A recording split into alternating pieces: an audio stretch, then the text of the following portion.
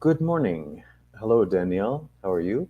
Hey, I'm doing well. Thanks, Jeff. Good. I'm excited to start this conversation with you. Yeah, definitely. And just for context, I know some people may not have seen the first chapter yet. Obviously, that precedes chapter two, but that's what we're doing today. Chapter two of the 8 steps to natural fertility that your doctor doesn't know about. And of course, this is a series going in the obvious order, the numerical sequence: one, two, three, four, five, six, seven, eight. And yeah, so just to kind of continue where we left off, as I say, we did chapter one, and Danielle, today we're going to go into chapter two. So actually, even before we jump right into chapter two, do you want to kind of reintroduce yourself? Who you are in relation to Heilkunst and fertility, and how you happen to be sitting in this panel today? Yeah, I'd love to. I'm Danielle, and I'm a fairly new practitioner to Arcanum Clinic, and I specialize in fertility and women's health in general. I love supporting women on this journey, and I find it's such a rewarding part of my days to be able to guide women during pregnancy, postpartum period, because it's so important generationally. I Yeah. can't say that word, for our health, for our children's health, for the health of our communities, and society at large. So I think it's a really important topic, and that generally there's a trend toward infertility in the States and Canada, Mhm. with 1 in 5 being infertile in the States and 1 in 6 in Canada. Yeah. And so it's really important to draw attention to natural fertility, and it's a pleasure to be able to do that for clients with our Canum Clinic. Yeah, yeah. Beautiful. So I will put up our little picture show here. Oh, there it is. Okay, so yeah, so Danielle, I'll let you talk through this at your speed. Of course, I will interact with you, and that's the fun part of all this. But yeah, I'll just let you kind of be the master of ceremonies. Perfect. Well, we're talking about natural fertility treatment. And so, really, what we're trying to do here is find the root cause of what our body is telling us. So, why are you showing signs of infertility? So what is the imbalance or the functional shift that is taking place that is causing the symptoms? And so the book that we're referring to today is a really helpful guide. And last week we talked about pH, and now we're going to talk about minerals and the nutrients that we're taking in. And And so just for quick reference, yeah, this is if anyone is not in possession of the book, you can download it for free at our naturalfertilitybook.com. And yeah, and that's all I have to say. yeah, so I just want to highlight again, we touched on some of these points last month, but we're not broken. Our body makes these adaptations, however crudely, but it's really trying to help ourselves at a whole. So it's an opportunity for us to rewire our relationship to our body and begin to ask questions, have curiosity. What does my body need right now? What am I ignoring? Where are these messages coming from? And so really we can gain wisdom and connection with ourselves as we go on this fertility journey and uncover all of the layers of our habits and what we're eating and why we're eating it, and what are all of the factors that are affecting what we're putting in our body and how we're loving ourselves. And so I always look at the fertility journey as an opportunity to really become our essential selves, which is a book that Allison wrote, Becoming Our Essential Selves. So, yeah, it's a really important first step to take when we're thinking about having kids. Yes. Um, yeah, Okay. And let's begin. yeah, well, here we are, and I will go to the next slide in 2 seconds. But yeah, as this slide is showing us, the name of this chapter is kind of giving us the big idea of what we're actually talking about here. So follow your taste buds, and then the subtext of that is to optimal mineral nutrition and better hormone balance. So yeah, we will obviously be talking about mineral nutrition and what that has to do with hormone health and all of that. So, yeah, yum, nutrient density. It's a very exciting topic, but really the mineral composition of our body is driving so many systems. And so it is important to focus on the nutrient density of our food. And when we're talking about nutrient density, we're talking about how much nutrition there is per calorie, and specifically minerals, because they're really the captains of the ship. And so our taste buds, through evolutionarily, we have been taught, our bodies have learned to be drawn to food that is healthy for us. But in more recent times, our taste buds have been co-opted. And so nutrient density includes not just fuel for our body, but it also takes into account bioavailability of nutrients and how much of a certain food can be absorbed.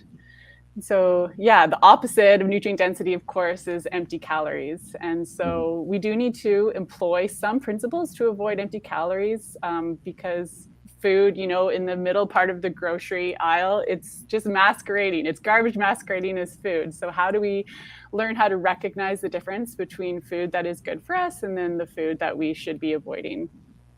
And I like the word you used, Danielle, when you used the word co-op.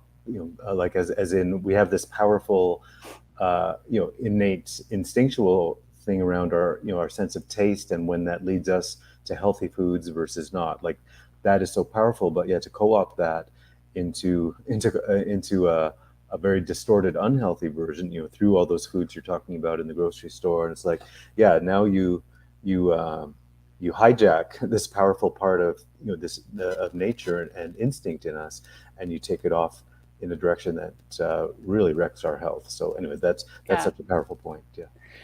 Well, mineral supplies are so important in our body because when we're pregnant, we actually give about 10% of our mineral supply to the baby. And so our stores are really important. And so if we're infertile, really that's our body giving us indication that we're not in balance. And so we likely don't have those stores. We haven't been supplying our body with what it needs in order to have all of our systems running. And so being on a fertility journey really is part of preparing our body to hold that stress, because while pregnancy is a wonderful gift, of course, the outcome is a baby that we love in our family, but it's also a stress on the woman's body. And there's a saying that women lose a tooth for every child that they have. Oh yeah. So how we're preparing for the baby through nutrient density and minerals, it really matters for the health of the mom, postpartum health of the baby, longevity, all these. And on a humorous note, I've heard something similar, that women lose 10 IQ points with each child, which is why they have to start at such a higher level than men. It's true. We do actually lose some brain volume, but luckily we get it back, and we're at such a high level to begin with that we can manage. Yeah. Okay. Yeah. So more on empty calories here. Yeah, it says, who's been messing with my taste buds? So yeah, like we were mentioning, we're meant to enjoy our food and to be able to utilize what we do eat. Unfortunately, the food industry knows this, and they've discovered how to make food that triggers the reward system in our brains. Unfortunately, it's not nutritious for us. They're empty calories and they're additives. And I think this is actually tagged the Dorito effect. So our body is trained to eat flavors that it knows is good for us. But if that has been completely co-opted, then we need to make sure that we're seeking out food that is actually healthy and not just triggering the reward system in our brain. And yeah, there was a famous experiment that was done in the 1920s. This experiment is quoted a lot, but it was a pediatrician who let kids that were freshly weaned expose them to a variety of food, and naturally they would always choose the foods that were nutritious for them. Mm-hmm. But with the Dorito effect in mind, we need to be able to discern what is real food and what isn't. Yeah. Because synthetic flavors can trick us into eating them. And I guess just listening to you say that, I guess this is where, we can't simply live in the old way, out of our raw natural instincts, which were correct. But yeah, we need to apply a deliberate, rational intelligence. And again, that can be corrupted as well, of course. Where what the information people take in and where they direct their intelligence to. But yeah, it's almost like, yeah, we need to overlay a proper intelligence onto that base natural instinct. Mm-hmm.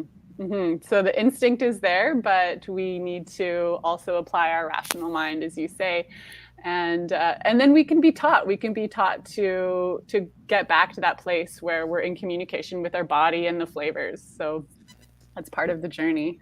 Yeah. Okay. So, yeah, taking minerals from wherever it can. Yes.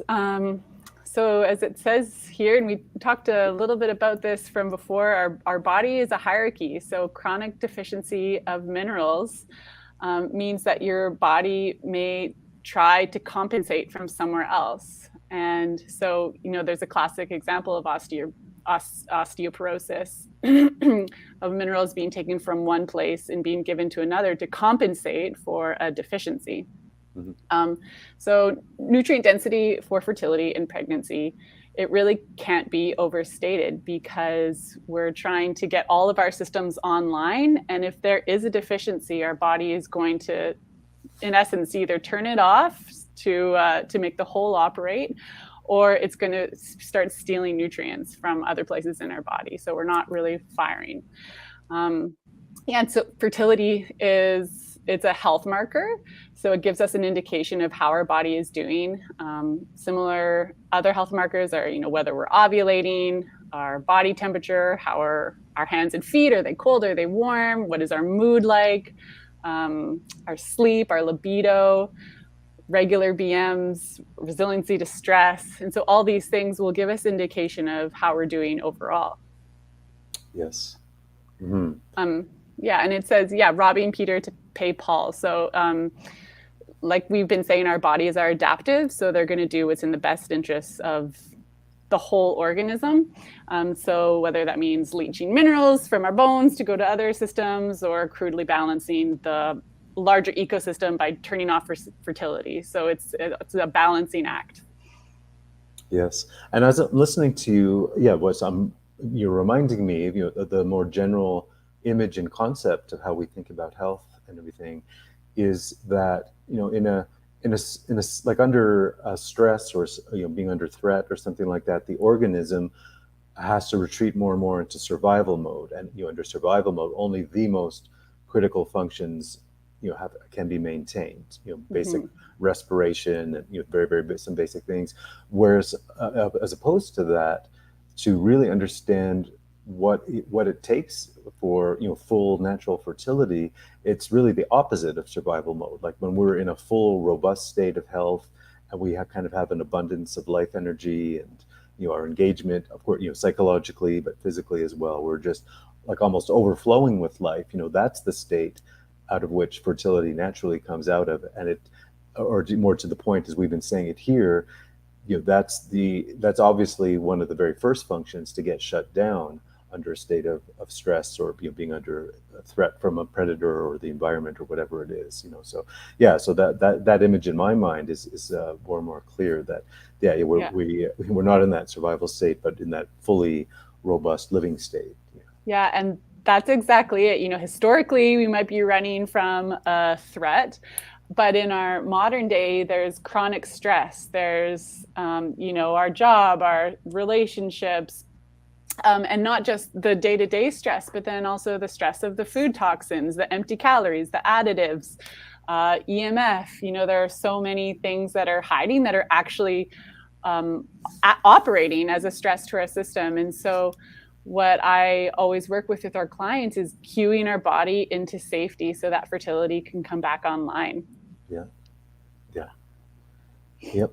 And similarly, when we're pregnant, baby robs Peter to pay Paul, steals all the minerals from mama, like I mentioned already, that it takes up to 10%. And so, luckily the baby will get what it needs, but at what cost?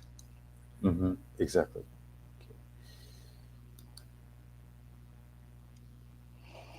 And this goes into farming practices, which are so important because the quality of our food really depends on the quality of the soil and the farming practices. So, animal husbandry, soil health, all of these are very important in nutrient density.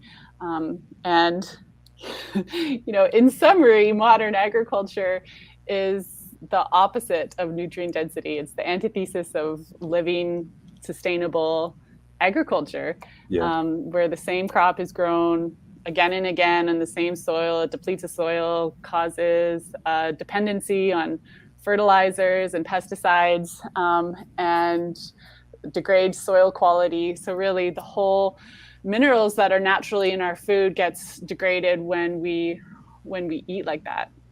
And so it's important to become aware about where we're sourcing our food from. And so, I always recommend for meat, we want to try to get to know our farmers, try to make it local, look for pastured animals or grass fed. And for produce, of course, always buy organic. I like to be aware of the year's dirty dozens and clean 15, so I know which ones to especially stress to buy organic, and soaking vegetables in baking soda and water helps to clean off some of the toxins. So there are strategies to make sure that we get the food from the grocery store or the produce and farms locally that will be the most healthy for us. Mm-hmm. Yeah, and yeah, thank you for all that. And yeah, and it's that what's lighting up in my mind is what we talked about a couple of slides ago. I mean, this is sort of the duh factor. I guess that's my role. But yeah, the nutrient dense foods, that our taste buds recognize and all that. Of course, they can't come anywhere but from nutrient dense soil. Like mineral dense and rich soil. So yeah, like how people have lost the understanding of something so basic. It's well, we know a lot of the forces that have gone into modern agriculture and everything, but yeah, at a larger level, yeah, that's quite astonishing to me. Mm-hmm. And this actually comes to a point that you wrote in the book, which is where a lot of people just maintain the standard American diet, but then they supplement with all of the pills, thinking that they're compensating. But really, whole foods is always by far superior, because we want it to come perfectly packaged the way that nature intended, with all the cofactors and the balance of the vitamins and minerals. And so I really don't recommend even prenatals or anything synthetic or isolated. So a focus on our food is really important. Hmm. Absolutely, yeah. What's of course the famous saying everyone knows, I believe from Hippocrates, let food be thy medicine. So yeah, that's very powerful once you really grasp that. Yeah. The things we knew and have Oh yeah, forgotten. well that's it. Yeah. Hmm. Okay, full or satisfied? What's the difference?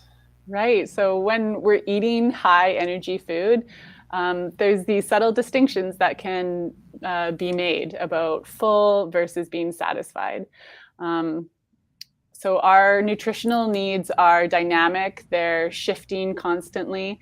And when we start to eat based on nurturing our bodies and bringing awareness to the messages that are coming from our body, it actually guides us about what we need to eat, but then further, how much we need to eat. Hmm. And so Yes.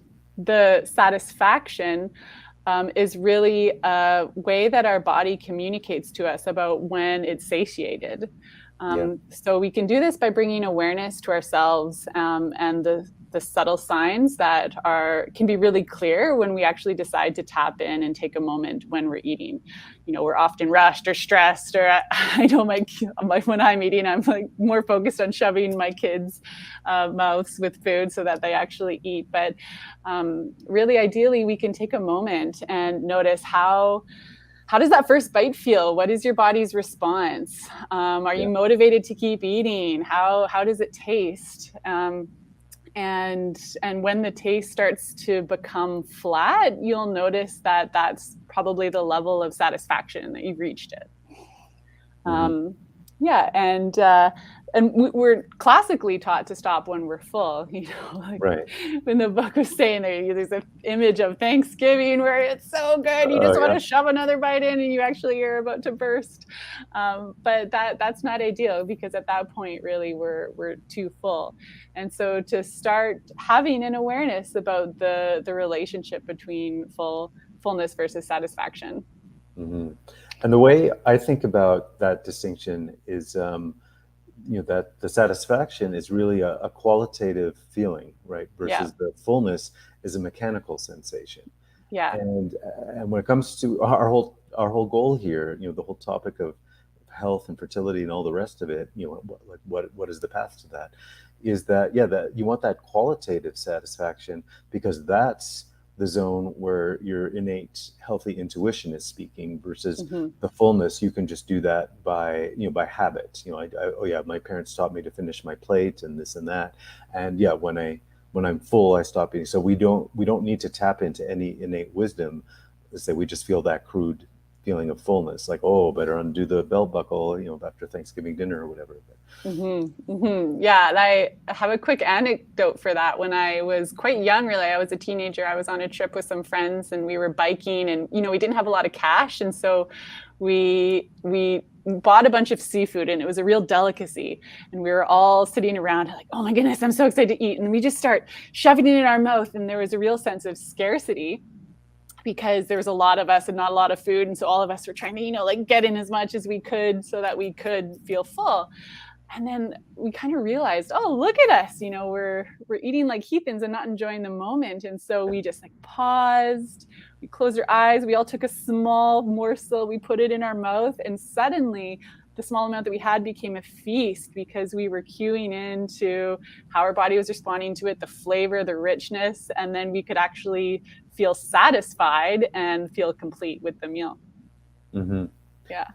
And there's sort of a side point, embedded in your story. I'm just going to pull it out a little bit, but yeah, there's something to, the healthy social activity of eating, as a family, friends, whatever you have, versus a lot of what we do is, how many people eat at their work desk, and they're scrolling through email at the same time, or Facebook, or some other godforsaken thing like that. But yeah, anyway, just to say, it's in this real state of mindlessness, rather than a really healthy communion, like whether your social friends and whatever, and simultaneously that communion with your own innate intelligence, as we're calling it. So yeah, two very, very different kinds of approaches to food. And as we're saying in a number of different ways, you can't get to healthy nutrition just because the number of calories is correct, and you have this food group and you have that. Like, that's all a mechanical approach to nutrition, but it completely it obscures this real guide to nutrition, which is this qualitative element.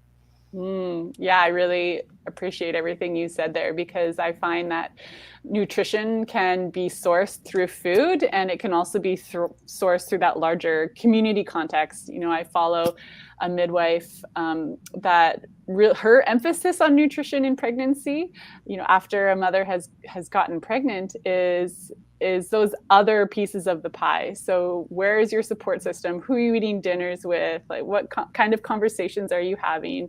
So really, there's a larger context for how we're feeding ourselves beyond the food itself, and it Hmm. all interacts and is an important piece of the puzzle. Definitely. Yeah. And then is desire versus craving. So when we're starting to cue into the subtle signals of our body, we might be able to start to read that it can direct us to the foods that we're desiring, the foods that it would be nutritious for us. And so there's a difference between the cravings, wanting to, eat our stress or grab that potato chips, versus an active desire function where our body is giving us signals about what it needs to be nourished. Yes, yes. Mm.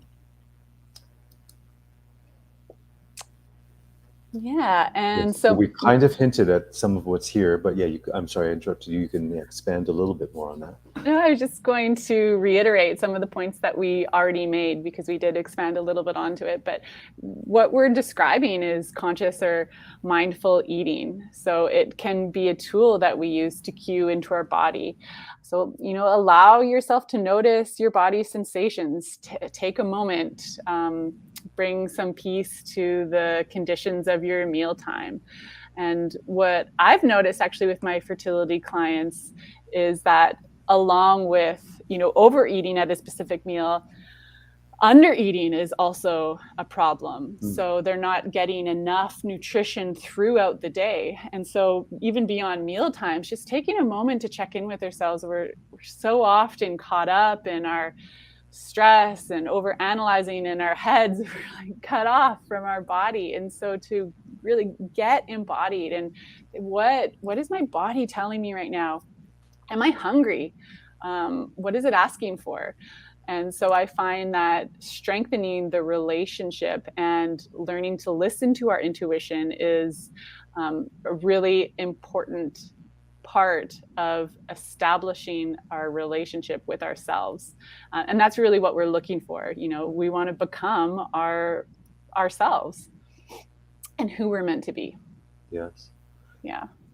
You just reminded me of something I read recently. I won't go into the whole detail of it. Basically, it was describing the difference, like the different senses of time that people have. We have a very North American culture where we're very clock based. It's like, hey, it's 12 o'clock now. It's time. That means it's time to eat lunch. And I just come to a screeching halt on whatever I was doing, and now I switched into lunch mode. Versus, more of the South American Latin cultures, which have more of kind of a sense of event time rather than clock time. In other words, they just proceed from experiencing one moment, one event of a part of their day to the next organic, logical part of their day. So lunch comes when whatever the morning activities were have been fulfilled, and then it's like, okay, well, now we move into lunchtime. It doesn't matter what the clock says, but a lot of North Americans get frustrated with culture shock and all that. It's like, oh, nobody comes on time and they don't meet when they said they were going to come and all this stuff. But anyways, I just found that very profound. I mean, to this conversation, but a little more generally, yeah, where does that high-strung consciousness come from around how we engage fully versus mechanically in life? Right. So that fluidity and spontaneity can be really important to tapping in with the flow. Yeah. And as we mentioned earlier, a lot of fertility is about creating a context of safety in our body, and eating healthful foods and eating enough, or not eating as much, are all signals to our body. You're safe. You're safe. You're okay. Yeah. Fertility can come back online. Mm-hmm. Yes. Yeah.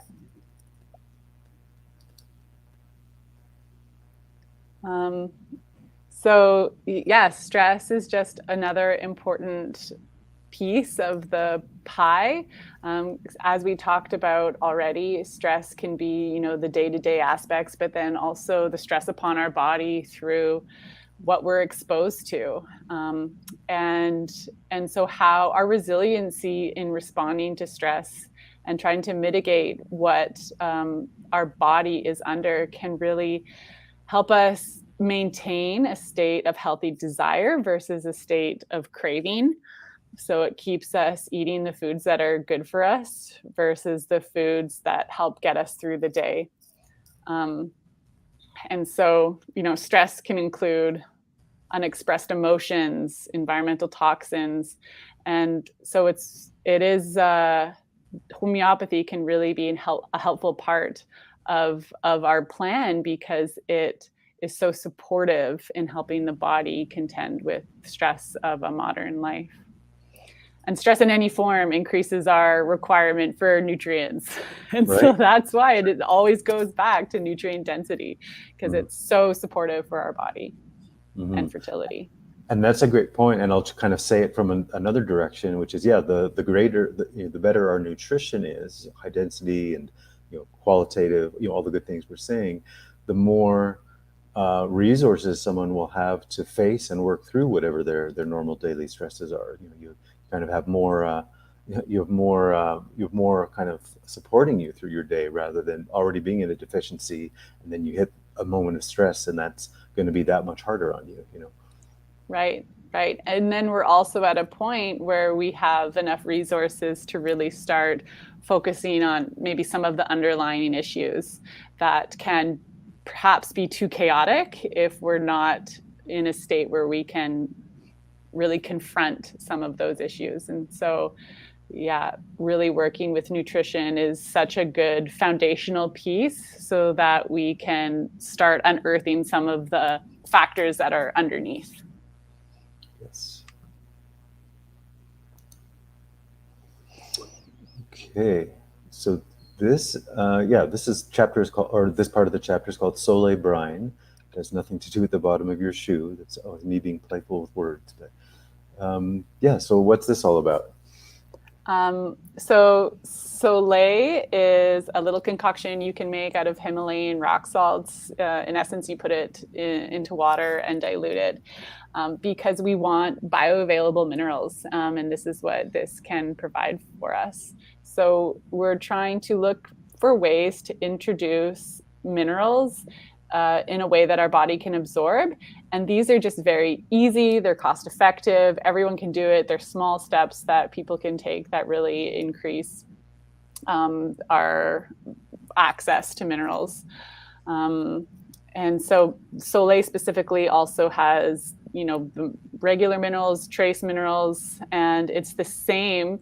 It mirrors the cellular physiology within our body. And so that's why this is such a good option, because the mineral matrix of Soleil solution reflects what we need internally. Okay. And so likewise, just replacing our regular table salt with a more healthful salt, such as the Himalayan, is another way that we can get minerals in our food, and just always salting to taste, because we do have that natural response if we're listening about what is enough. And so when we're reading each bite, we can really hear, oh, this needs more salt, this needs less salt. And sodium levels are important too. So we do want to salt our food. And you remind me of something I've learned recently about salt. You know, a lot of people have been taught, you know, to kind of, avoid salt, and it's dangerous, and, you know, it causes all these health problems. And of course, that advice is not taking into account real salt. You know, this really nutrient diverse or mineral diverse kinds of salt. But the thing I learned was, you reminded me when you were just speaking about that, is we can't oversalt ourselves. Again, assuming we're in natural mineral salts and everything like this. If we do oversalt something, and we are tuned into our body sensations and all that, then we will naturally and instinctively will be driven to drink more water to compensate. So Right. Our body knows how to balance itself as long as you know how to listen to it. But yeah, as I say, there's kind of a myth around salt that has turned a lot of people away from ever putting salt on their food. They're afraid it's going to cause all these chronic heart problems and all this kind of thing. But as I say, that that could be a whole little class onto its own. But just this understanding, if you're dealing with natural, healthy mineral salt, you don't have to worry about those kinds of things. Yeah, and it's really not surprising to hear about all the myths and how we're led one way by standard American nutrition guidelines, where often it's do the opposite, cholesterol, veganism, all the things. So yeah, that's why we're here to help. Exactly.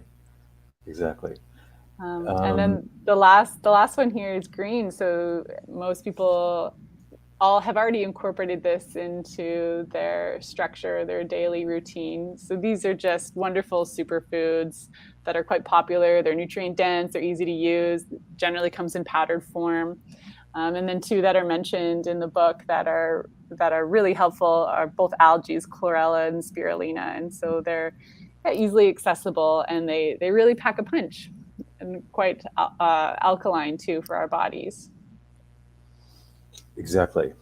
Yeah. Oops, that was the wrong button. Excuse me. Okay. So yeah, food addiction, and we went in this direction a tiny bit when we were talking about desires versus cravings. Yeah, so it's not straightforward all the time because we have a lifetime worth of habits that we've created, and we haven't generated a capacity for self-love and nurturing ourselves. And so, yeah, food choices are related to something more than the just straightforward what is in our own best interest, because food addictions can be at play. So they're related to our physical state, our previous timeline traumas, our emotional state, our stress levels. We're contending with a lot of variables. And so it's really important to be gentle with yourself, understand that there's a large dynamic at play, and it will take some time to reestablish a relationship with your innate intelligence, with the qualitative aspect of food. And homeopathy is a great support to do that for you. Mm-hmm. Yes, definitely. Yeah. And now we will close this session down momentarily, but if you have any questions, you can put them into the comment box. Now, if you are here with us live right now, we'll get that question and we can speak to it right here and now. But yeah, otherwise, if you're watching this as a replay, we will still get all the comments, and we'll either incorporate those into a future class, or we'll just put them in an appropriate place where you can see the answer. And yeah, as I say, if you're here now, you can wherever you're watching this, just go straight to your comment box, and we will see that as a question, or even if you have a comment or whatever you got. But yeah, otherwise, we will likely be just dealing with things after the fact. People who watch a replay, we'll just see what you had to say after the fact. Yeah, we love interacting with people, so leaving a comment is appreciated. We'll get back to you. Yeah, email questions beforehand, and we'll, as Jeff said, definitely tend to it in the next rounds. Because I just get so energized and excited to talk about fertility, because the implications are so much wider than just the mother or just the baby. It goes into really the creativity and health of our community at large. And when we support a woman in this time period, I think it could change everything. And so we're here to help the mom, we're here to help the baby, and just the larger family cycle, because it does affect labor, delivery, postpartum, the fourth trimester, bonding, parenting. All of this is implicated on how our health status and our nutrient status. That's right. And yeah, just kind of my final thought or point here is, yeah, at any time you're going through this journey, you're learning about nutrition, you're on your fertility journey, all this we're talking about today, anytime you can send us an email, fertility@arcanum.ca. If you're thinking you might want to look into more of what we were talking about earlier, the homeopathic kind of help for stress and other kind of historical emotions that are still kind of stuck in the body memory, or any of the other modalities that we work through on the way to fertility plans. It's easy email, fertility@arcanum.ca. And yeah, otherwise, as I say, we'll look into whatever your comments are on this as they come in over the next little bit. And yeah, we will see you again in a few weeks when we go into chapter 3. Wonderful. I look forward to seeing you all then. Thanks for the conversation today, Jeff. Yeah, no, it's my pleasure. And yeah, we'll see you all soon. Bye-bye.